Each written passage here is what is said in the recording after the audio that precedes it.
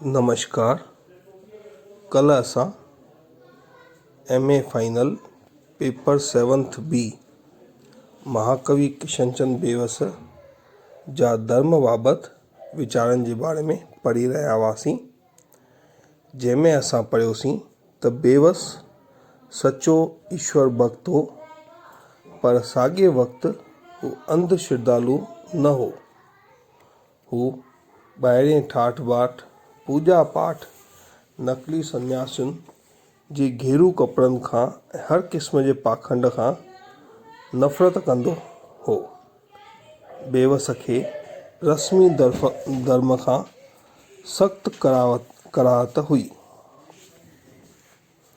बेवस धर्मी किताब खे इलाही कलाम सम्झी न पढ़ंदो हो। ज्ञान विज्ञान सां छंड छाण करे पोइ ई स्वीकार कंदो हो। बेवस चवंदो हो, धर्म आहे आत्मा शुद्धीअ लाइ। बेवस प्रेम पुजारी हो, हिन लाइ प्रेम ही परमेश्वर हो। बेवस कुर्ब जो कुठल हो, संदसि अक़ीदो हो त प्रेम सां पाप धोपिजी थो वञे।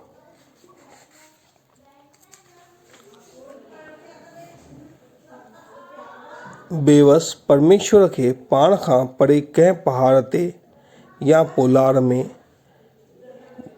वसंदड़ या इंसाननि जे गुनाहनि ऐं सवाबनि जो हिसाब रखंदड़ न मञींदो हो।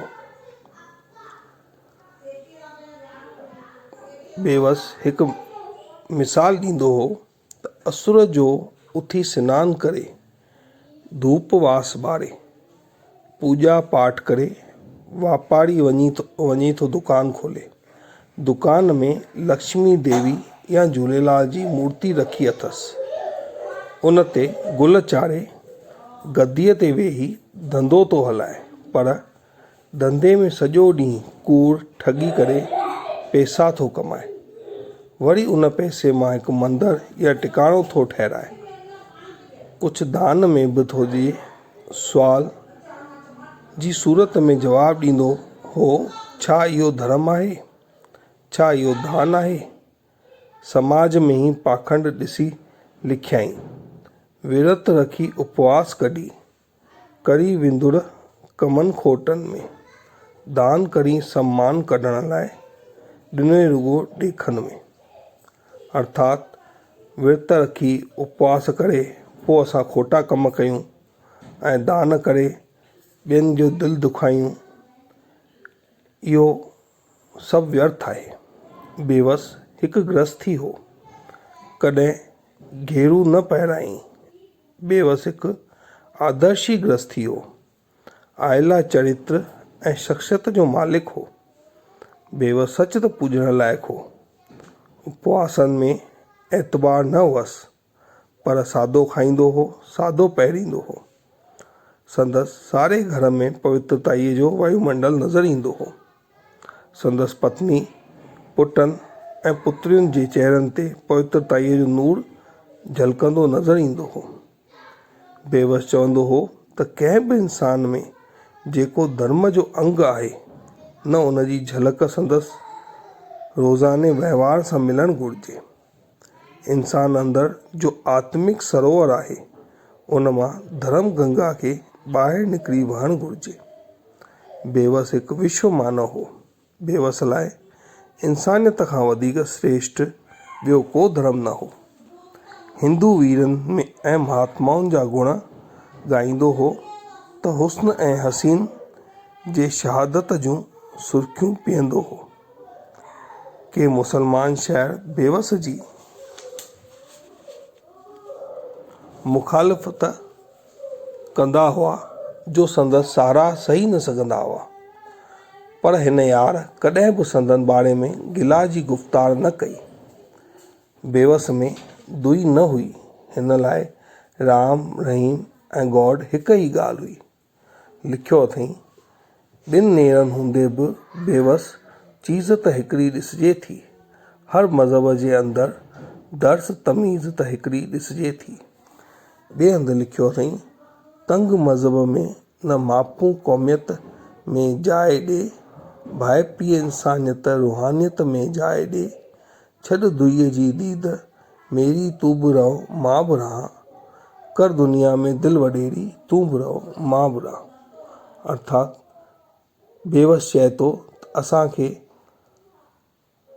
क़ौमी रूप में हिकु ई रहणो खपे, धर्म जे नाले ते न लड़णु घुरिजे पाण में, दिल वॾी करे दुनिया में सभिनी खे हिकु साथ रहणु घुरिजे। बेवस खे मिड़नी लाइ मोहबत हुई, नफ़रत हुअसि त नफ़रत लाइ, ज़ुल्म ऐं अन्याय लाइ, ग़रीबनि लाइ संदसि हॾु कुड़कंदो हो।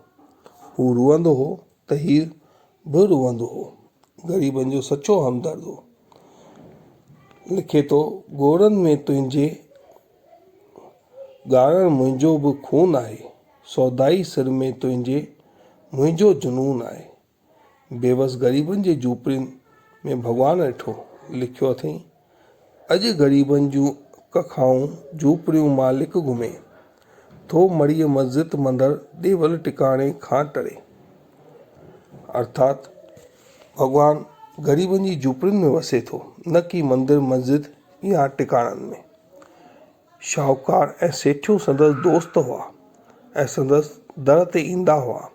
बेवस कॾहिं बि संदसि ख़ुशामद न कई, खेनि ललकारे चवंदो हो, सख़्त विलह बरसाति में कंहिं राति सवरियुनि मां उथी, ॾिस त ॿाहिरि बेअजनि सां वैल छा छा थो वहे। अर्थात इन्हनि खे चवंदो हो शाहूकारनि खे त जॾहिं सर्द रातियूं थींदियूं आहिनि, तंहिं वक़्तु तव्हां सवरनि मां उथी ॿाहिरि ॾिसो त जंहिं वटि कपिड़ा कोन्हनि या जेके उघाड़े बदन वेठा आहिनि, उन्हनि ते छा छा थी बीतजे। शाहूकारनि जा ॻाढ़ा गिल ऐं भभकेदार पौशाक ॾिसी पुछंदो हनि, लाल थियो तुंहिंजो दुशालो कंहिंजे लोहू छाण मां, खून दिलि कंहिंजो बखे थो तुंहिंजे दिलि ॻाराण मां। अर्थात पुछंदो हनि त तव्हां जेको ही लाल दुपट्टो पातो आहे, उहो कंहिंजे लहूअ सां भिगल आहे ऐं कंहिंजे खून जे करे तव्हांजा गिल ॻाढ़ा आहिनि। खेनि चेतावनी ॾींदो हो त भित ते लिखियल चिठी पढ़ो, वक़्त जी वीर पलटो खाधो त ग़रीब मज़लूम अव्हां खां वेर वहंदो। इन करे पंहिंजो रुख बदिलायो। खेनि चयईं, जे रसे मज़दूर बेवस कंहिं वॾेरे राज़ ते, हूंद पहिरीं पूर उत्तराखंड ते तोखे छॾे। अर्थात वक़्तु बदिलजंदो ऐं जॾहिं मज़दूर जो समय ईंदो त पोइ उहो तव्हां खां हर हिकु तव्हांजे ज़ुल्म जो हिसाबु वठंदो। बेवस जोग जप तप ऐं शरीर खे कष्ट ॾेई सिकाइण जे ख़िलाफ़ु आहे।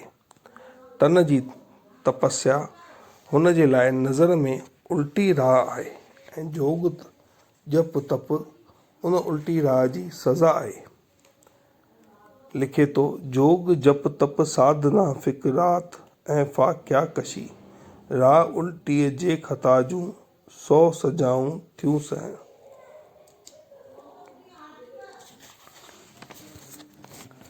कवीअ खे ख़बर आहे त माया जो अज़गर जोगियुनि जपियुनि ऐं तपियुनि जे मन में छिछलाए थो। हिन अजगर जी पहुच ते जिते किथे आहे। कवि लिखे थो, जोग जप तप साधना भक्ति समाधि ज्ञान में थो डंगे ही मस्त माया जो असर अजगर किथे। अर्थात जोग जप तप साधना भक्ति माया जे असर जे करे सभु रुगो ॾेखाव आहे। अॼु एसि ताईं पढ़ंदासीं, सुभाणे अॻिते। तव्हांखे हिन चैप्टर में या अॼु जे पढ़ायल अध्याय में का बि तकलीफ़ हुजे त तव्हां मूंखे व्हाट्सएप ते या फ़ोन ते पुछी सघो था।